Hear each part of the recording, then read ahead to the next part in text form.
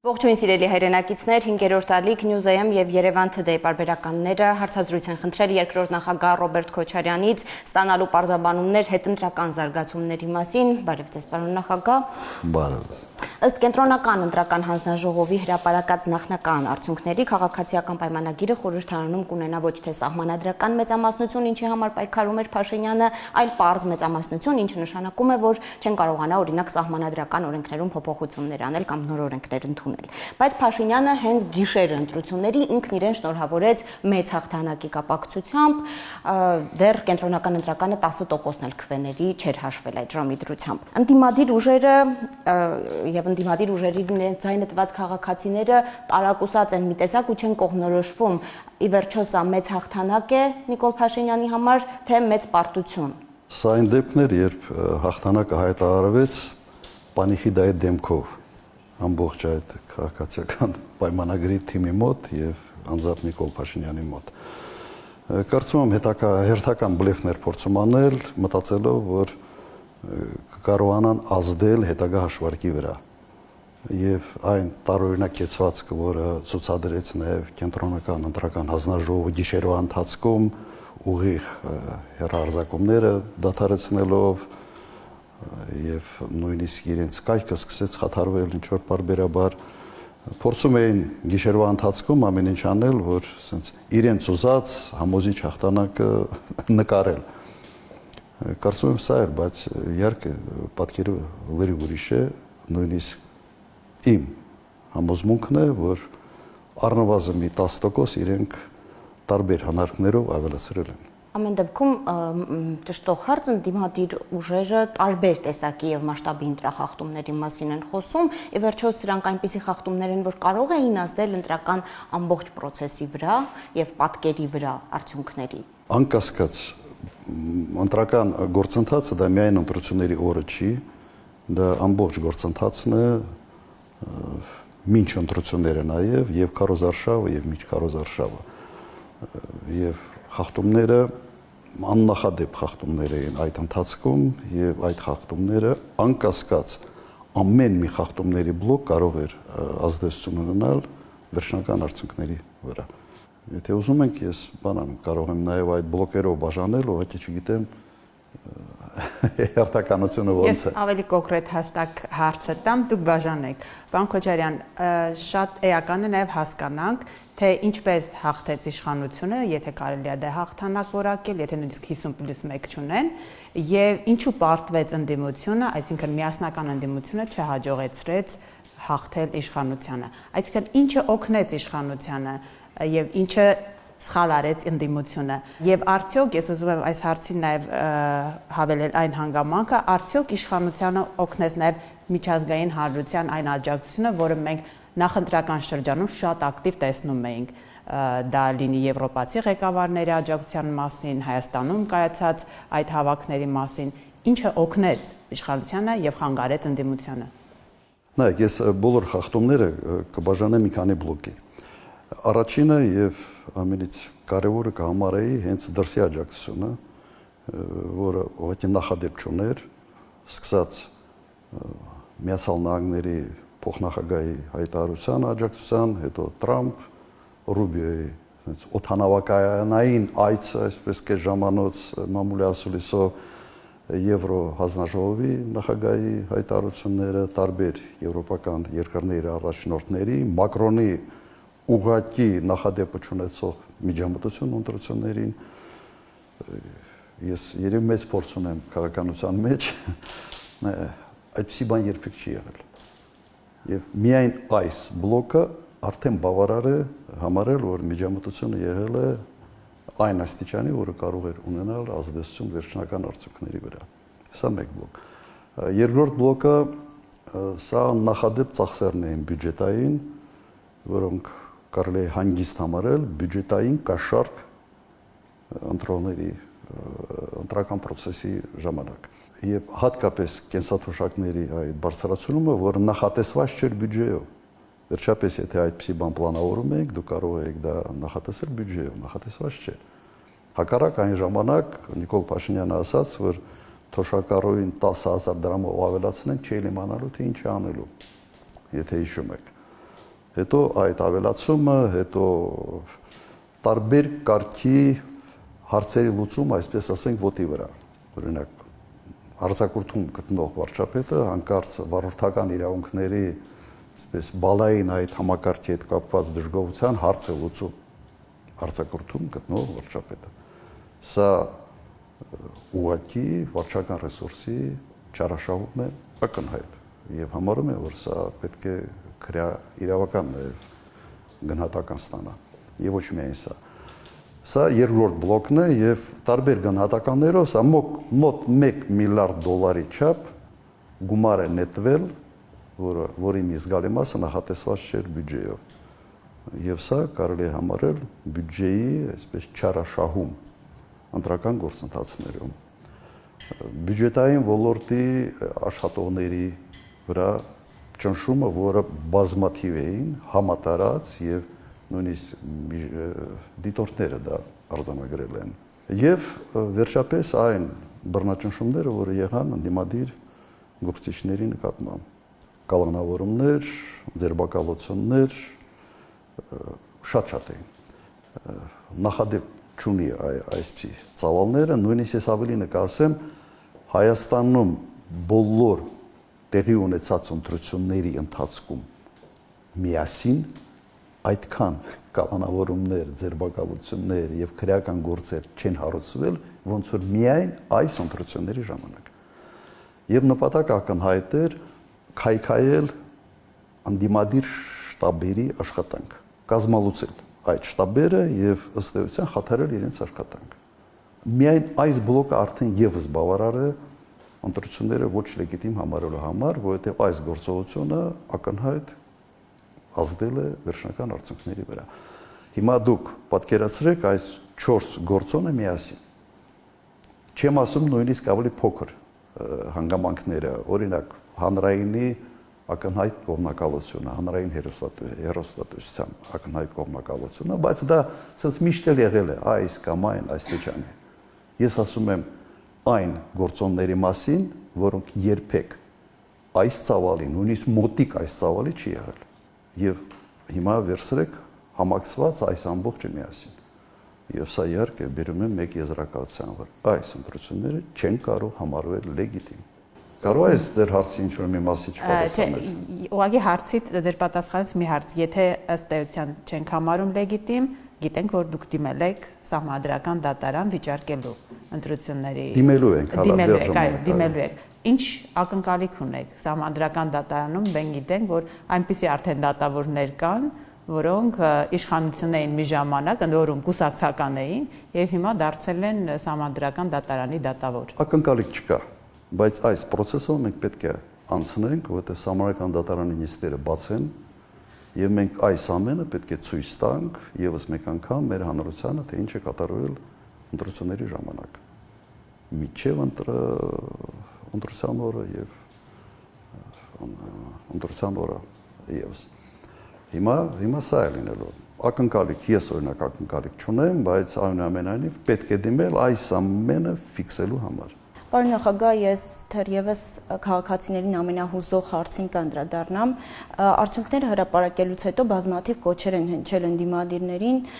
չվերցնել խորհրդարանական մանդատները։ Ինչ դիրքորոշում ունեք այս հարցի վերաբերյալ եւ ինչ քայլեր է նախատեսում ձեր առաջնորդած քաղաքական ուժը։ Նայեք, մենք վերջնական որոշում չունենք մանդատների հետ կապված, ուղղակի սա այն որոշումն է, որը պետք է կայացվի խորհրդակցելով նաև այլ ընդդիմադիր ուժերի հետ։ Վերջնական որոշում չկա,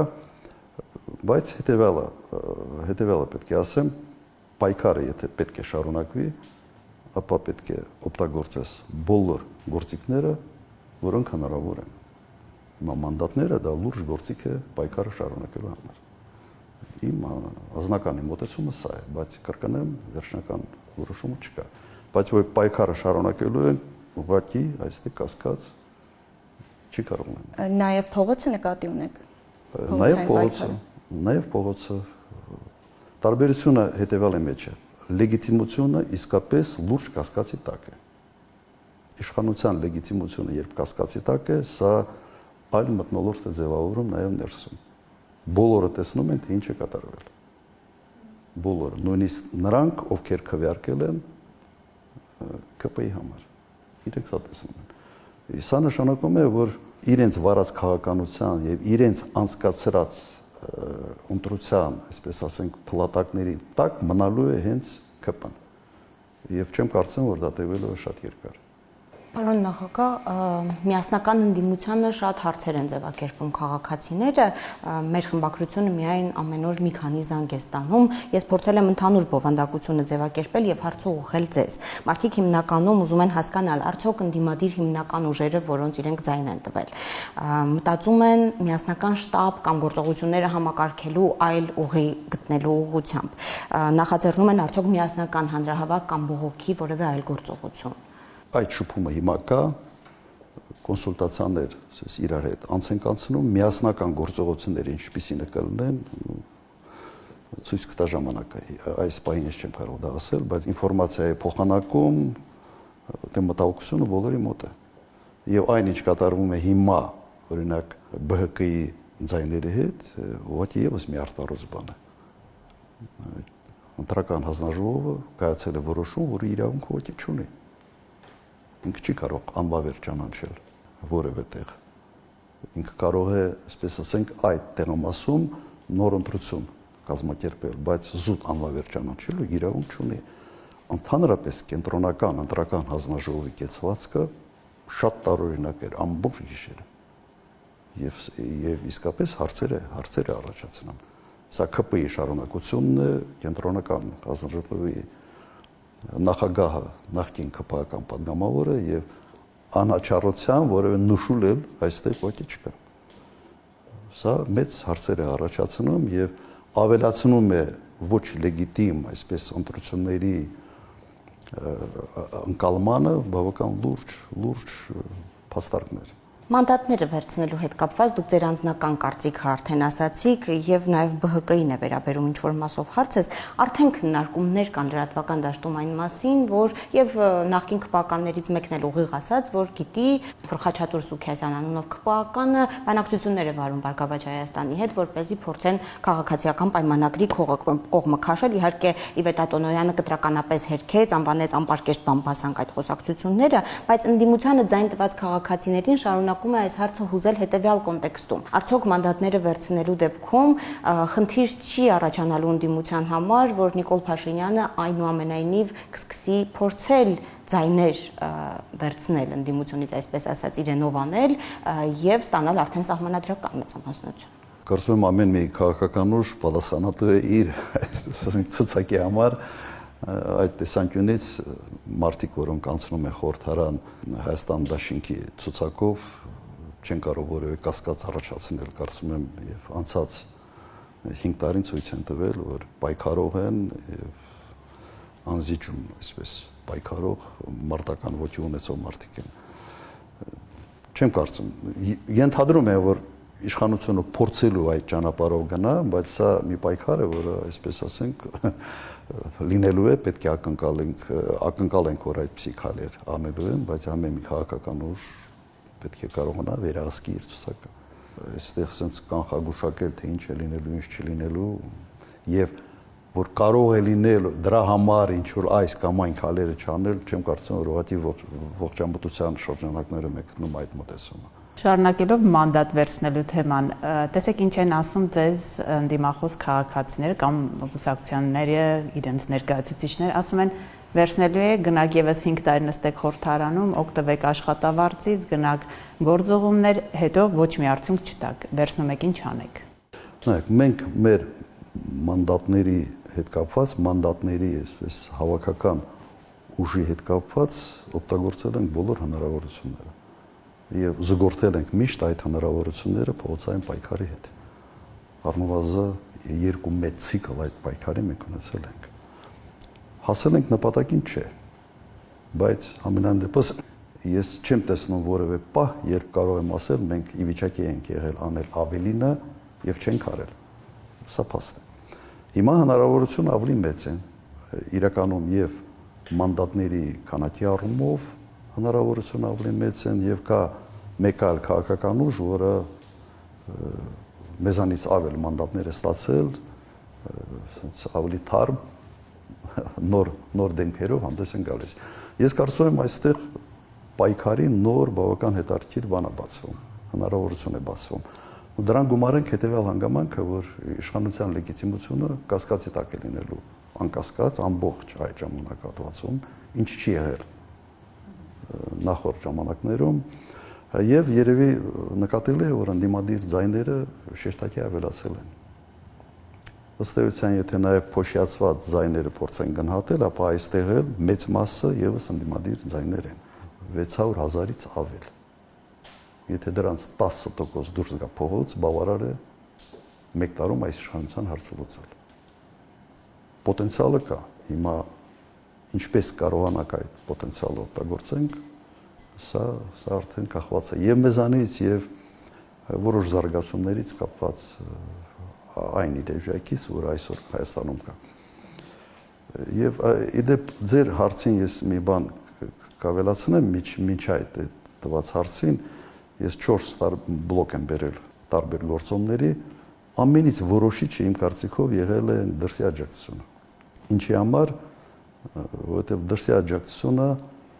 հնարավորություն է տվել ԿՊ-ին եւ Նիկոլ Փաշինյանին անտեսել եւ օրենսդրությունը, անտեսել բոլոր, այսպես ասենք, քաղաքավարության նաեւ նորմերը։ Որովհետև այն աջակցությունը, որը ցուցաբերեցին օրինակ Միացյալ Նահանգները եւ եվրոպացիք, կարելի է պարզ լեզվով թարգմանել հետեւյալ կերպ. Արա ինչ ուզում ես։ Մենք ճանաչելու ենք քո իշխանությունը։ Ինչ ուզում ես արա, սա ուղղակի այս հայտարարությունն էր։ Եվ Նիկոլ Փաշինյանը արել է ինչ հնարավոր էր, ինչ կարելի էր անել, կամ կարելի էր, կամ չի կարելի է թքելով օրենսդրության վրա, թքելով ամեն ինչի վրա։ Նայեք, ես փայլուն հարաբերություններ եմ ունեցել Ժակ Շիրակի հետ, Պուտինի հետ, բայց երբևէ որևէ ընտրության ժամանակ երբեք ոչ Ժակ Շիրակը, ոչ Պուտինը, ոչ այլ նախագահներ, որոնց հետ հարաբերությունները շատ լավ էին, միջև ընտրությունները կոչ չէին անում քվեարկել օրինակ իմ օգտին։ Եվ սա ընդունված չէր, սա համարվում էր կոպիտ միջամտություն եւ ես չեմ հիշում, որ Հայաստանի պատմության մեջ երբևէ նման բան լինել։ Նույնիսկ 21 թվականին այդպիսի բան չի եղել։ Եղել է աջակցություն, բայց այսպես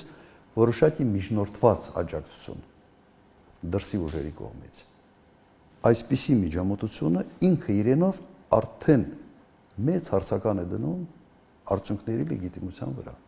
Սա կոպիտ միջամտություն է։ Եվ սա կրկնեմ այդ միտքը, սա ձեռքերը ազատել է Նիկոլ Փաշինյանին անել ամեն հնարավորը այս ընտրությունները կեղծելու համար։ Ըստ էության արևմտյան այդ առաջնորդները մասնակից են դառել նոր բռնապետի ձևավորմանը, կայացման գործին։ Սա այլ կերպ բացատրություն ես չունեմ։ Եվ սա այն դեպքն է, ես հիշեցնեմ իմ մամուլի ասուլիսների ժամանակ հետևյալն է ասում, երբ աշխարհաքաղաքական շահերն են ի հայտ գալիս, ժողովրդավարությունը միշտ հետ է նահանջում։ Հիշում եք այդպիսի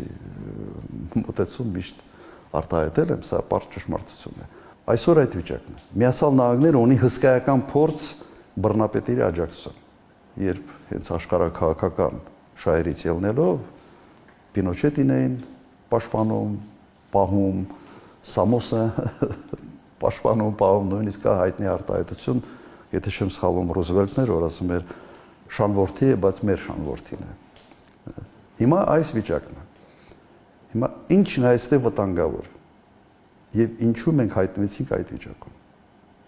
Նիկոլ Փաշինյանը մտածելով Հայաստանի ներեքաշել այս պատմության մեջ։ Ինքը մտածելով է դա արել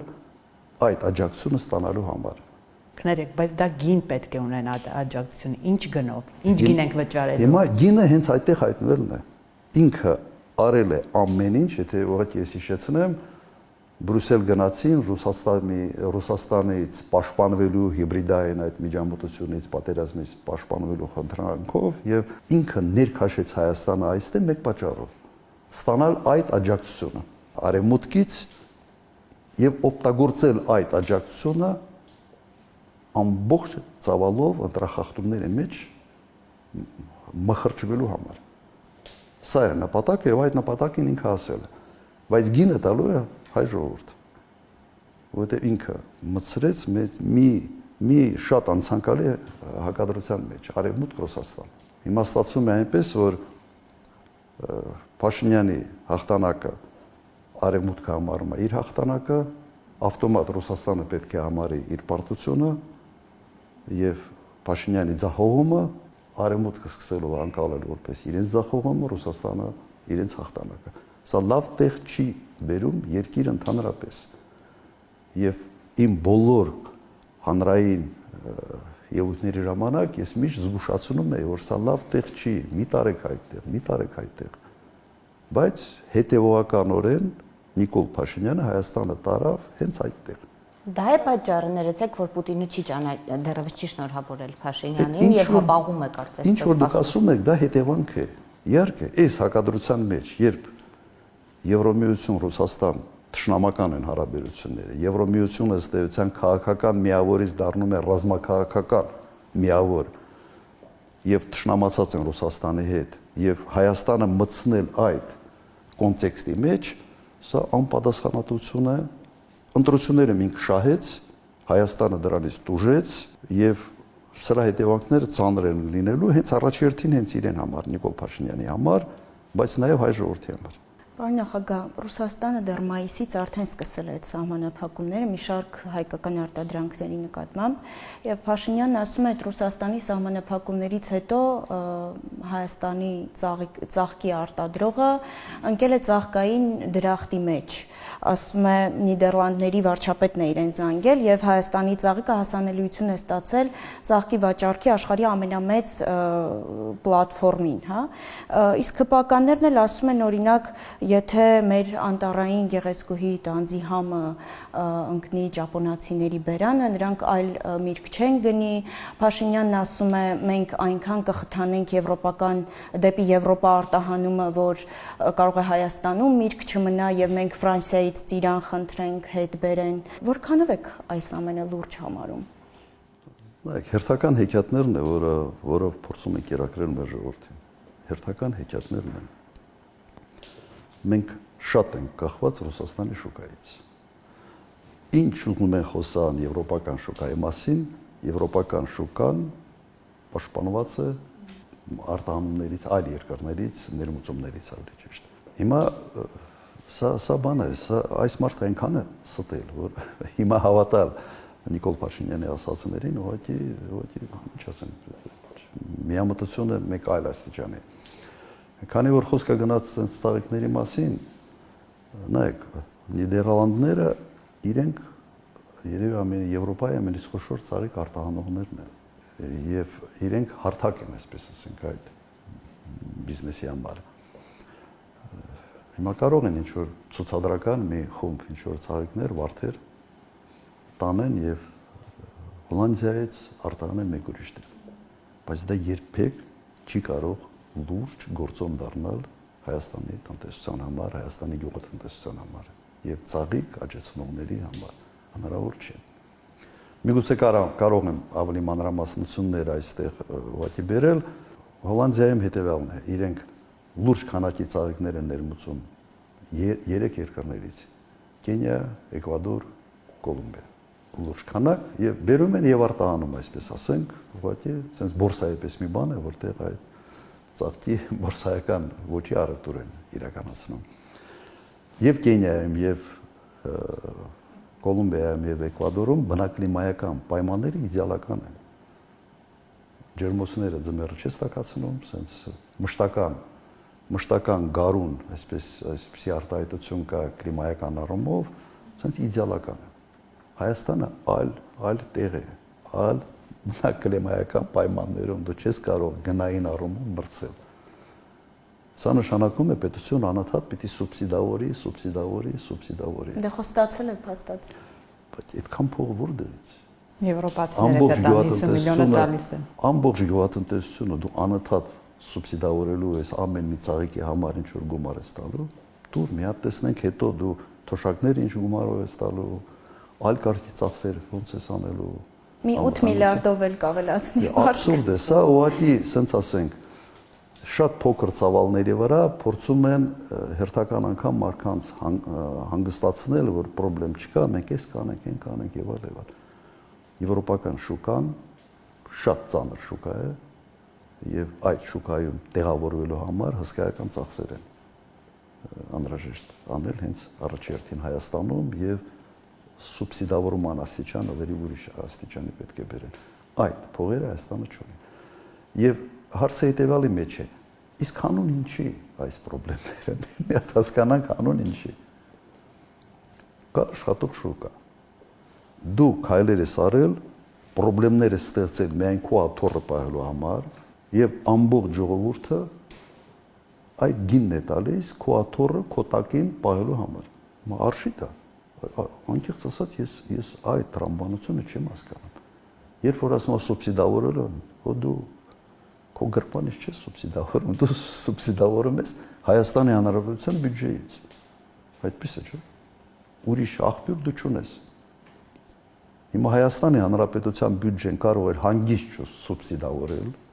այլ ծախսեր իրականացնել, օրինակ թոշակներ բարձրացնել, գումարներ աշխատել այդ ռուսական շուկայում,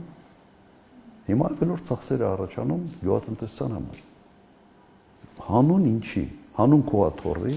այս բարձ հարցի պատասխանը վերջապես ոչ ոք չի ուզում դրա մասին խոսալ, իշխանավորները։ Ես գրեթե վստահ եմ, որ նա կասի հանուն խաղաղության։ Ինչ կապ ունի խաղաղության, ինչ կապ ունի խաղաղությունը վարդի արտահանման հետ կամ վարունգ լոլիկի արտահանման հետ, ինչ կապ ունի խաղաղություն։ Կրկնեմ, մի բան է, Թուրքիայի սահմանը հենց բացեն, գյուղատնտեսությունը ընդհանրապես լրջագույն խնդիրներ է ունենալու, որովհետև մեր շուկաները գյուղատնտեսական արտադրանքի մրցակցային են, իսկ Ռուսաստանի հետ իրար համալրող, այսպես ասենք, գյուղատնտեսություններ են, ոչ թե իրար հետ մրցող։ Տարբերությունը շեշտակի է, շատ մեծ տարբերություն։ Վլադիմիր Պուտինի մասին խոսեցինք, շատ կարճ ստացվեց, կխնդրեմ այստեղ մասնավորեցնենք, հա, Պուտինը սպասում է ընտրությունների վերջնական արդյունքներին եւ ճիշտ ապում շնորհավորել Նիկոլ Փաշինյանին։ Փաշինյանին հարց ուղղել են, նա քմծիծաղել է եւ ասել՝ դե ինչ անեմ, հուսամ կշնորհավորի։ Ձեր քաղաքական կանխատեսումն եմ ուզում խնդրել, ինչ զարգացումների սպասենք այս մասով եւ ընդհանրապես առաջիկա տարիներին, այսինքն ինչ է լինելու ընտրությունները կունենան երկրորդ փուլ թե չեն ունենա, կգնանք խորհրդարան, կշարունակենք բնականon աշխատել եւս 5 տարի, թե փողոցային պայքար կլինի եւ թե իրավիճակներ։ Ինչ կանխատեսում ունեք քաղաքական ընդհանրապես։ Նայեք, Պուտինը շնորհավորելը, չշնորհավորելը ոչ մի ազդեցություն չի ունենալ։ Հիմա ծնունդը զանգը շնորհավորեց, 3 ժամ հետո սահմանափակումները շարունակվեցին։ Զուտ քաղաքավարական այսպես զանգը չի նշանակում, որ այդ պետության քաղաքականությունը փոխվելու է։ Պետք է մի բարձր ճշմարտություն մենք ուղղակի գիտակցենք։ Սա մեծ քաղաքականություն է։ Կա Ռուսաստանի պետական շահեր եւ շնորհավոր է, դա չի փոխելու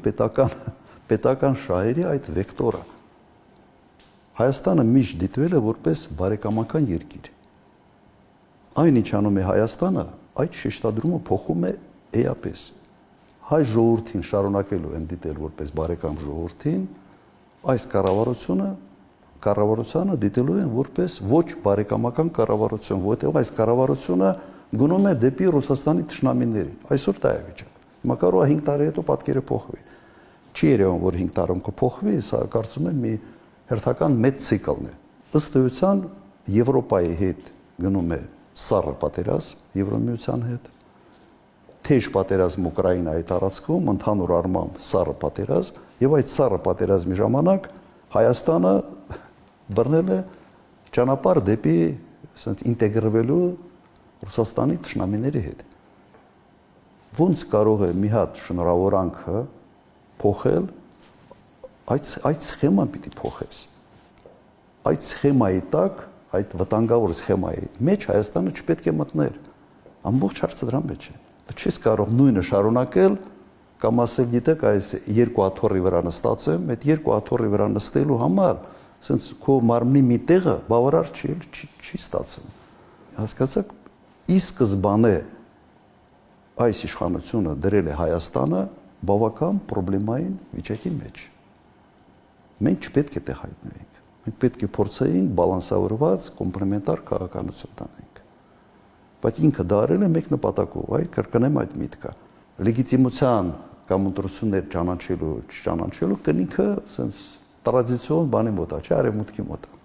Իրենք են ճանաչում ընտրությունները օրինական են, օրինական չեն, լեգիտիմ չեն, դրսի ընկալումը այսպեսին է։ Ինքը այդ ընկալումը, այդ կարտ բլանշը կեղծելու համար, ստանալու համար ինքը Հայաստանը մտցրեց այդտեղ։ Նույն անում էր Սաակաշվիլին, ես միշտ այդ համեմատությունը անում եմ։ Հիմա Սաակաշվիլին բանտում է եւ Վրաստանը մինչ այսօր սենց դժվարությամբ Սաակաշվիլի ժառանգությունից ազատման ճանապարհին է գտնվում։ Ես մեջբերեմ ուղղակի 3 օր առաջ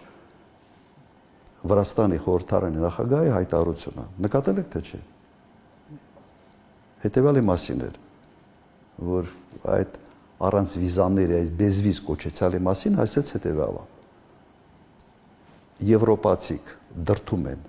Վրաստանին ինքնասպանությանը։ Լսել եք չէ՞ այդ հայտարարությունը։ Դրդում են ինքնասպանությանը եւ այս безվիզ կոչեցյալը կապում են Ռուսաստանի դեմ սանկցիաների կիրառման հետ։ Սա ինքնասպանություն է Վրաստանի համար եւ մենք դա չենք անելու։ Դա մեջբերում է ուղղակի Վրաստանի խորհրդարանի նախագահի։ Հիմա ով մտածում է թե սենց այդ безվիզը վաղը սենց նվիրելու են Հայաստանին, նույն պայմաններն են դնելու Հայաստանի առաջ։ Նույն պայմանները ինչ դնում են Վրաստանի առաջ։ Հիմա Հայաստանը այդ ճանապարհն է բռնել։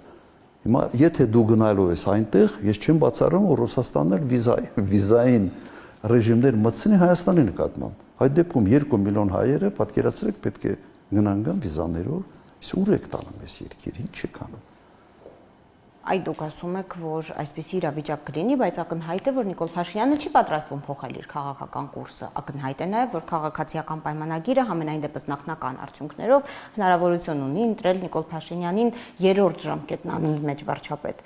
Իհարկե, 3-րդ նախագահն ասաց, որ 3-րդ ժամկետը չէ, որովհետև առաջին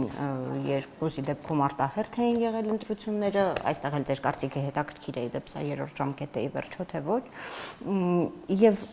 ինչի պատրաստվի հայ ժողովուրդը ձեր քաղաքական կանխատեսումն է ես նաև խնդրել։ Եվս 5 տարի այս քաղաքականության շարունակությունը կտեսնենք, թե կընդհատվի ինչ-որ բան։ Ինչի պետք է պատրաստվի հայ ժողովուրդը։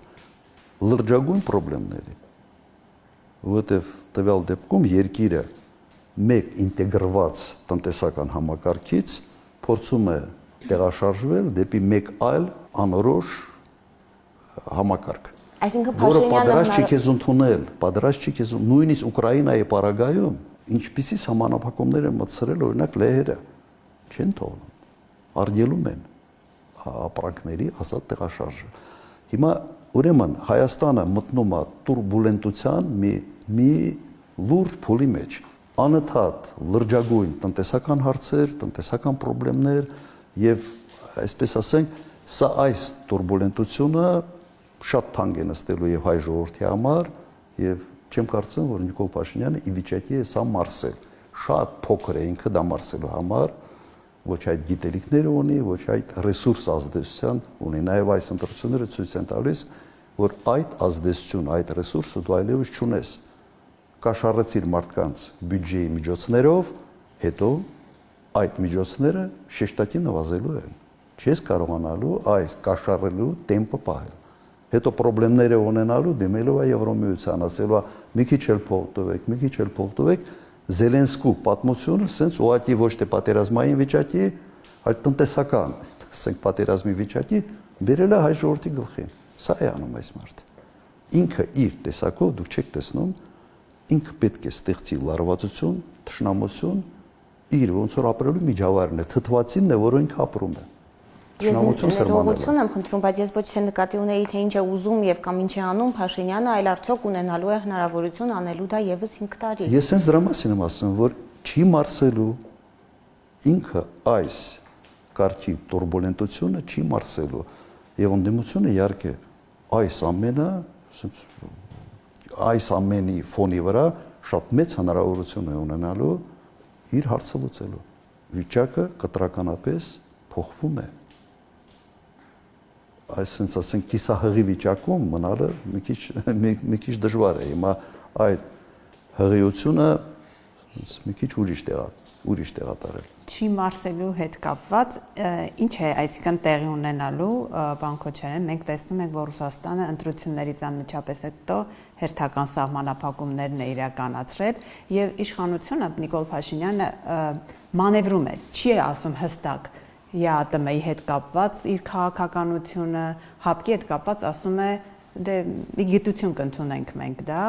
եւ այդքան էլ իրենց չի անհանգստացնում, կշարունակեն էլի անդամավճարները չվճարել, այսինքն կմանևրի կամ չի մարսի որ պահին կամ ինչ հետևանք կունենա դա իր հետ կապված, ոչ թե երկրի հետ կապված, այլ իր հետ, ինչ քաղաքականություն կորդեգրեն։ Հասկացա, նայ, արդեն դա իրենից կախված չի։ Արդեն իրից կախված չէ, ավելի շատ կախված է օրինակ Ռուսաստանի համբերությունից։ Այդ չեն համբերում ոնց որ թե։ Երևում է, որ չեն համբերում, որովհետև իրենք ակնհայտ տեսնում են, որ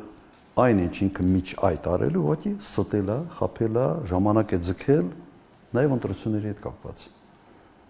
Արդեն իրենից չի կախված։ Ինքը այդ տեսանկյունից շատ փոքր է, որ կարողանա այս մեծ տուրբուլենտությանը դիմակայել։ Ասենք դու մտել ես, ես եթե հիշում եք, ասում էի, որ հմուտ նավապետը փոթորիկի ժամանակ նավը բաց ծով չի անում, օկեանոսի կենտրոն չի տանում։ Փորձում է մի հանգիստ ավելի տեղ գտնի եւ սպասի հարվածի տակ չդնելով եւ նավը եւ ազնագազմը։ Ինքը արեց ճիշտ հակառակը։ Ուղղակի արեց ճիշտ հակառակը։ Եվ տվյալ դեպքում ինքը ինչ անելու, շարունակելու է նույնպես։ Հենց Ռուսաստանից սկսել են իրականացնել այն կարգախոսը, իրենք ինչ են ասում են մենք չենք ֆինանսավորելու ձեր ճանապարհը դեպի Եվրոմիություն։ Սա իրենց պետական շահերից չի բխում։ Դու գնում ես թշնամիների ճամփար եւ ինչի պիտի մենք ֆինանսավորենք քո ճանապարհը այնտեղ։ Հիմա կամ պետք է Նիկոլ Փաշինյանը այդ ճանապարհը փոխի, կուրսը փոխի, կոպիտ ասացի գալատ եմ գրել, հիմա շուռ եմ գալիս այստեղ, այդ դեպքում եվրոպացիք համիջապես կհիշեն, թե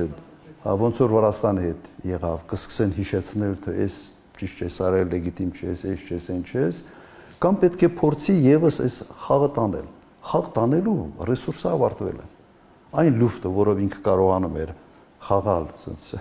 բոլոր բևեռների հետ, ըստ էության սպառվել է։ Խնդիրը սրա մեջ է։ Հիմա ինքը այդ որ ասում են խորամանկ աղվեսի երկու թաթով անգնում բանի մեջ է, թակարդի մեջ։ Այսպիսի արտահայտություն չկա։ Այդ նույն վիճակում է ինքը իրեն մտցրել եւ ոչ միայն իրեն, եթե ինքը իրեն մտցներ Աստված իր հետ, բայց ինքը մտցրել է երկիրը այդ թակարդի մեջ։ Ինչից երկիրը բան չի ստանալու, չի շահելով, որ երկիր փորձել է նման կարգի հարաբերությունների մեջ մխրճվել, միշտ ուժել է։ Միշտ։ Եվ եւս մի արտահայտություն ուղղակի կրկնեմ, երբ կառավարությունը քարակի հետ է խաղում, այրվում է ժողովուրդ։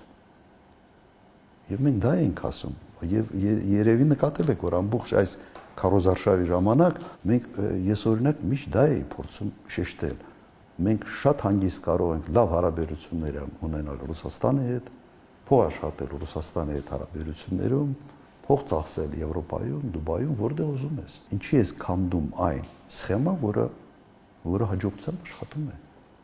Միայն աթոռը պահելու համար, եթե մի քիչ մտածում էիր Հայաստանի համար, կամ պետք է քաղաքականությունը փոխեիր, կամ պետք է ուղղակի դառնայր ընդդիմություն ավարտեիր։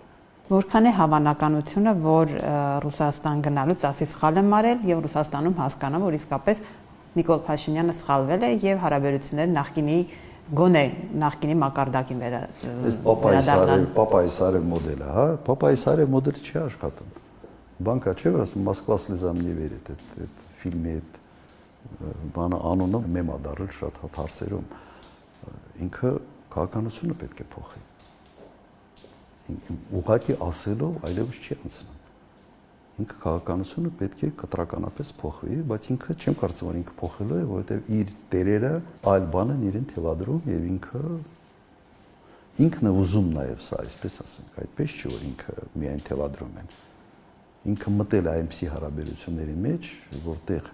այդ հարաբերությունների տերը ինքը չի, այդ հարաբերությունների տերը ուրիշ տեղ է։ Եվ մեզ Եվրոպա էլ չտանում, գոնե Եվրոպա տաներ։ Մեզ Թուրքիա է տանում։ Ակնհայտ է, որ մեզ տանում է ինքը Թուրքիա։ Էրդողանը իրեն շնորհավորում է։ Բայց Ադրբեջանը չի շնորհավորելի դեպ։ Ադրբեջանը Դժգոհ է արդյունքներից։ Ադրբեջանը, եթե դուք հետևեք իրենց լրատվամիջոցներին, ակնհայտ մեծ ուրախություն է Ադրբեջանում։ Իրենք դեռ հույս ունեն, որ անկալավներ պետք է ստանան, իրենք հույս ունեն, որ սահմանադրությունը պետք է փոխվի,